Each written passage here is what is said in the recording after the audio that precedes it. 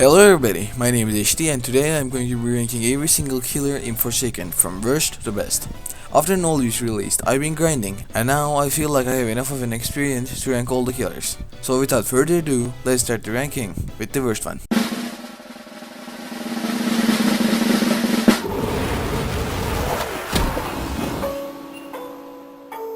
John Doe, obviously. And I have a few things to say about him. John Doe is a trapper killer. His main gameplay revolves around blocking paths with either of his abilities and finishing people off with his M1s. Now this creates a unique problem exclusive to John Doe, which is his map dependency. Look, I know that every killer has better or worse maps to play on, but John Doe takes it to a whole another level, with both of his abilities being useless in some maps like Planet Vaz, the Pirate Bay, the Tempest, and so on. Now his abilities include his M1, which does a plain 28 damage upon landing and has an average hitbox and a linger duration. But with having a long windup before attacking, his M1s are quite predictable. His second ability is Corrupt Energy, which makes John Doe spawn 27 spikes in the way that he's facing. Each spike deals 12 damage if it lands on a survivor and has a lifespan of 14 seconds, meaning he can block the paths for a decent period of time with this ability. If the spikes hit a survivor, they will be highlighted for a short period of time and John Doe will gain speed down for 7 seconds.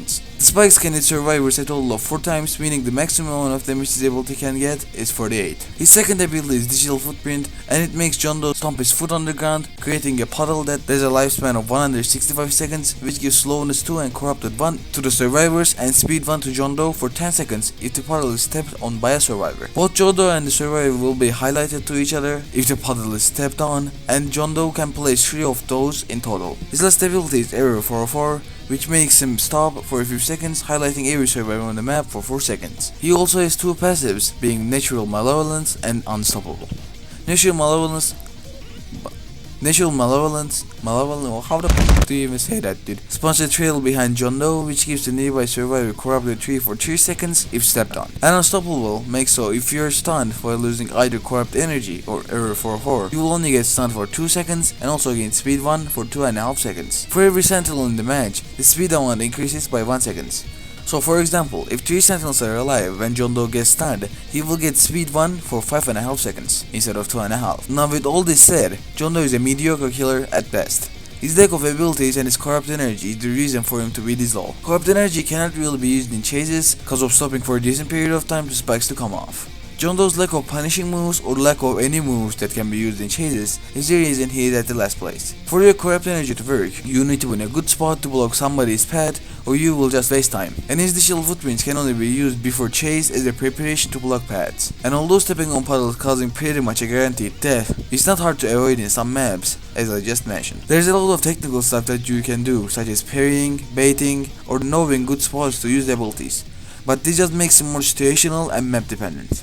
So although not being a bad killer, compared to the other killers, he's the worst.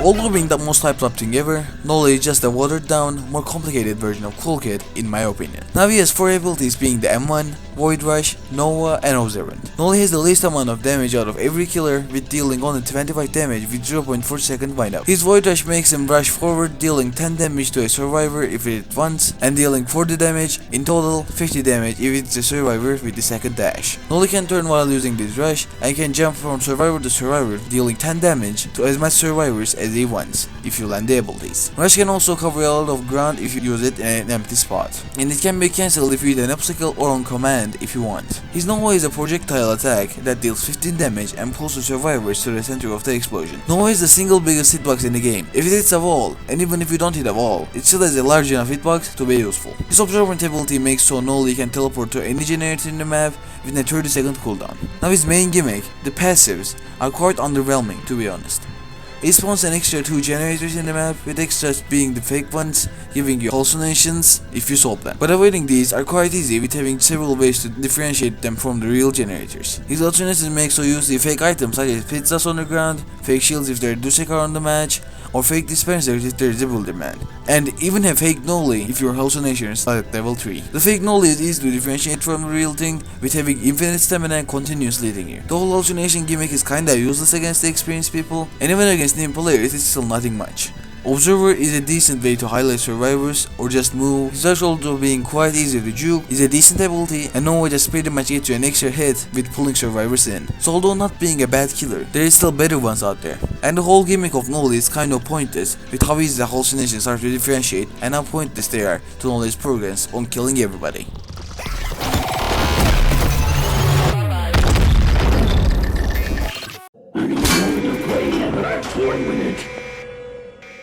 Jason is a pretty midway decent killer.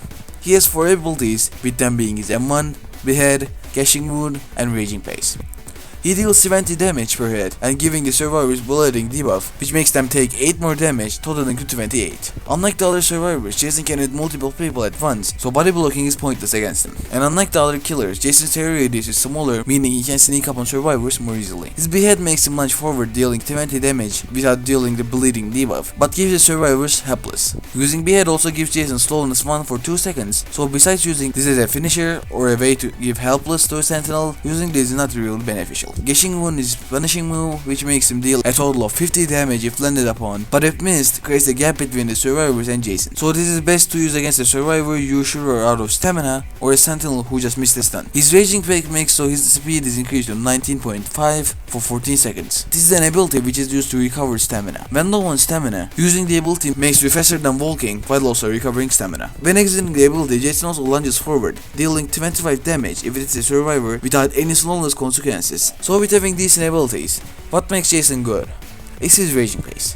Raging Pace practically makes Jason have 180 stamina, so he can continue to chases more, thus getting the survivors easily. If you want the survivors dead, they are dead. But Jason lacks any kind of crowd control abilities, cause unlike the other killers, you cannot drop chase or your time will be wasted. For example, 1x would chase somebody for a long time, drop the chase, kill somebody, and continue the chase. But if Jason drops the chase, it's over for him. So you kind of have to target people to kill them. But although these things, he's generally a good killer, and I'll put him in the 3rd place. That's my cue.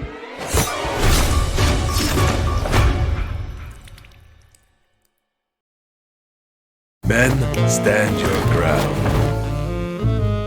Next, we have debatably the strongest character in the game, which is Cool Kid. Cool Kid has 4 abilities, being his M1, Vox Speed Override, Corrupt Nature, and Pizza Delivery. His M1 deals 26.5 damage and is a 0.1 second of wind up, which is significantly faster than the other killers, nearly instantly hitting upon press. It also has a longer hitbox linger, but to compensate, he has a slightly smaller hitbox. His first ability is Corrupt Nature, which makes him throw a projectile that goes the way that your mouse is aiming. If it hits a survivor, it deals 15 damage and applies slowness 1 for 4 seconds. It also makes so survivor is highlighted for Cool Kid for 10 seconds. Vox Speed Override makes so Cool Kid goes for 0.55 second wind up, and after that time frame he lunges forward for upwards of 1.34 seconds. If he hits a survivor, they will take an instant 30 damage and get the burning 1 effect for 8 seconds, so in total the survivors take 45 damage. And the burn effect is fatal, so unlike glitched or corrupted, it can kill the survivors. His final ability is Pizza Delivery, which makes Cool Kid summon 2 minions of himself that slowly walk to the nearest survivor. If they manage to touch a survivor, they will deal 15 damage and apply the burning 1 and slowness 2 for 3 seconds, as well as revealing the survivor's location to Cool Kid. The minion who got the hit will disappear afterwards.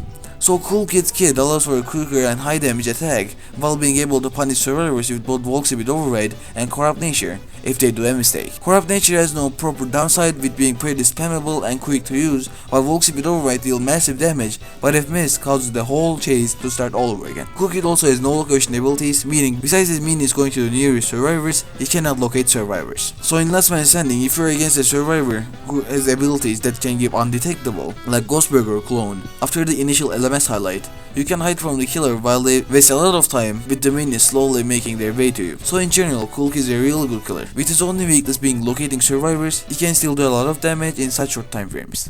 Consider this a warning to you all.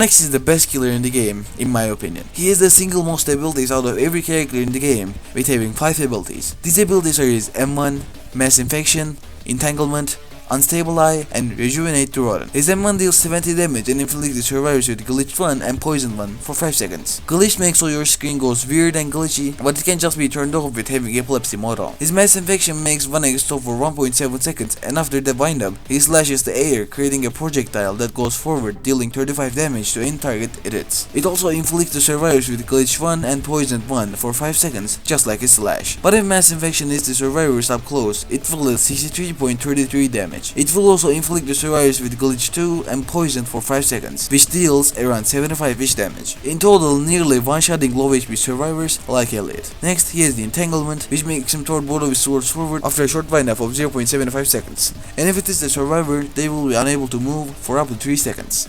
A number of pop-ups will appear on the survivor's screen, and for moving again, they will need to close the pop-ups. After 3 seconds, the immobility will be gone even if the pop-ups aren't closed. Entanglement also deals 10 damage and inflicts the survivors with Helpless for 10 seconds. 1x will also gain speed 2 for 3 seconds if the ability hits. His Unstable Eye makes the environment go all blurry and unless all the survivors in the map for 7 seconds, while also gaining speed 1 for 5 seconds. And finally, his last ability, Rejuvenate Rodent, makes him bring back the dead survivors he had killed in the match as zombies. These zombies will follow survivors if they get too close and deal 14 damage if they manage to hit them. 1x also can kill these zombies to gain speed 1 for 10 seconds. If a second zombie is killed while 1x has the speed buff, timer on the buff will reset back to 10 seconds. So generally, 1x is a powerhouse. Although having the slowest movement in the game with only having 27 sprint speed, his abilities make up for it. His Entanglement has such little risk of using, with having a very short downtime because of the short wind-up, with also having one of the best upsides in the game with immobilizing the survivors. This ability makes so you catch up the survivors in most scenarios if you hit them, and even if you don't, the downside isn't really bad. His Mass Infection deals massive damage from far away if it lands, and nearly one-shots if up close. Now with being a good ability, it still has a big downside if missed, because of the downtime it has while using, so it's a high risk, high reward situation. Unstable Eye while revealing the location can also be very useful in chases with getting speed 1 for 5 seconds, and his minions can help you gain speed or block paths with your help. So overall, 1x is a pretty good killer. I wouldn't say he's easy to play with him having a lot of downsides if you miss your abilities, but if skilled enough, he's probably the best out there.